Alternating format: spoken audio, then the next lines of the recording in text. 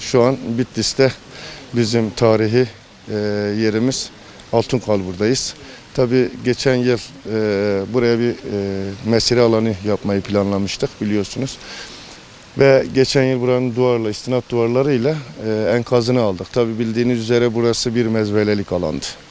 Yani çok şükür hamdolsun şimdi yaptığımız çalışmayla çok güzel bir alan oluştu. Bitlislerin gelip görebileceği, gezebileceği, oturabileceği bir alan oluşturduk. Tabii şimdi son rötuşları yapıyoruz.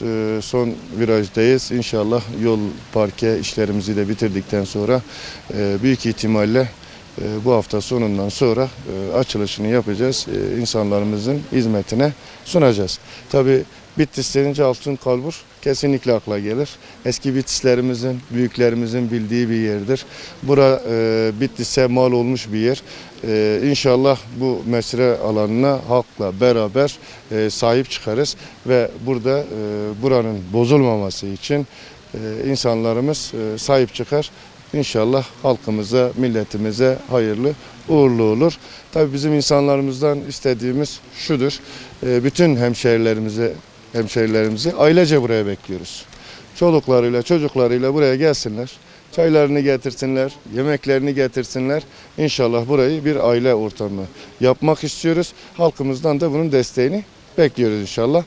Şimdi burada şöyle bir durum olacak. Bir büfe tarzı bir şey kuracağız. O insanların da buraya sahip çıkmasını sağlayacağız. Biz de belediye olarak buradaki bütün işlemleri takip edeceğiz. Şu anda da bulunduğumuz yer bizim belediyemizin yapmış olduğu güzel bir alan düzenlemesi. Burası eskiden hakikaten kötü bir görüntüdeydi. Su vardı ama ilgilendiler. Duvarlar ördüler, zemin düzelttiler belediyemiz tarafından yapılan çalışmayla arkadaşlarımızın. Burası güzel bir mesire alanı oldu. Altınkalbur mesire alanı inşallah hayırlı olacak. Önümüzdeki günlerde biz burayı birazcık daha geliştirmiş haliyle açılış yapacağız. Vatandaşlarımızı buraya bekliyoruz.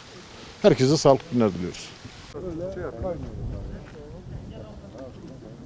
Havuz var mı? Ha? Nasıl? Böyle. Ne yapalım? Ne olur? Ya.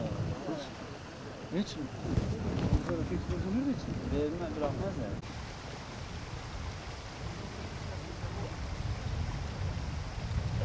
Hadi gelin havadan. Güven seni yaptı da